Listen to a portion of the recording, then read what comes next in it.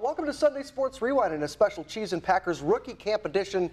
Chris Barrier, Kelly Price, and happy to welcome back our Packers insider from the Milwaukee Journal-Sentinel, Michael Cohen. We've missed you. It's been a while. I had a couple weddings to go to, so I'm sorry I missed the draft. But you guys were great. You're great without me.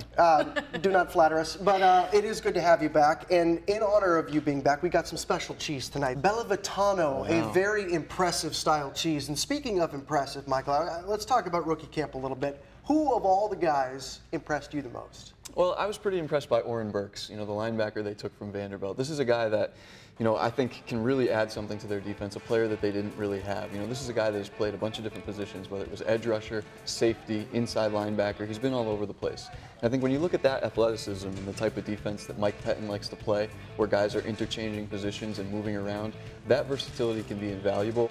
Two players that a lot of people had their eyes on were those first two draft picks, Jair Alexander as well as Josh Jackson, the two corners. What did you learn about them in practice this week? Well, the thing about rookie minicamp is nobody wears pads, so it's really hard to tell a lot about them. And so one of the things that I look at is just how do they move? Do they look as fast as what their 40 time is? Do they look very agile when they change directions? Those types of things. And I think with Alexander, you can see exactly why he is that explosive athlete. Even though he made some mistakes in rookie camp, which is to be expected, there were so many plays where he was closing at the top of the route, getting his hand on the football, really showing that he wants to play physical despite the fact that he's a smaller corner. And with Jackson, it was more about contesting routes when players were about to make the catch. So the ball was at its high point and he was able to go up and reach with his long arms and make plays. So I think both guys showed a lot of potential in terms of why the Packers took them so early in the draft. How do you think going against those tall receivers that they picked up in the draft is going to help them going forward, especially Jair, who's one of the smaller guys? That's definitely going to be one of the most intriguing storylines. So you look at the three receivers that they have, and all of them are 6'2" and 3/4 or taller. And so it presents an opportunity for them to learn against the type of players that they're going to face during the season, but they can do so with a learning curve that is more in line with themselves. Guys, this balsamic Bella Vitano's got a bit of a kick to it. And speaking of kicking, the release of Justin Vogel on the punter and the drafting a kicker for the first time in almost 10 years.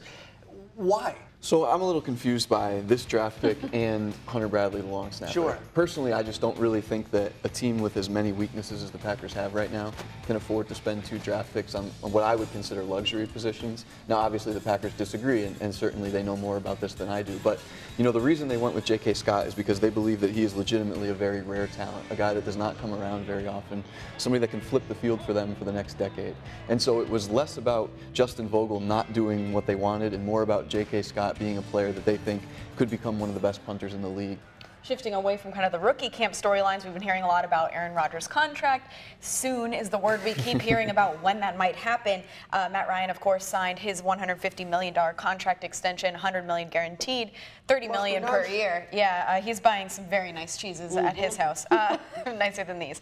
But he's going to be the first player that gets $30 million annually. How does that affect Rodgers' contract and that timetable of soon? So the thing about the Rodgers contract that everybody has to understand is there was always going to be several dominoes that had to fall before Rodgers was going to get done. They had to get Matt Ryan done. They had to get Kirk Cousins done. And the reason for this is whatever deal they do with Rodgers, he has to be the highest paid player in the league.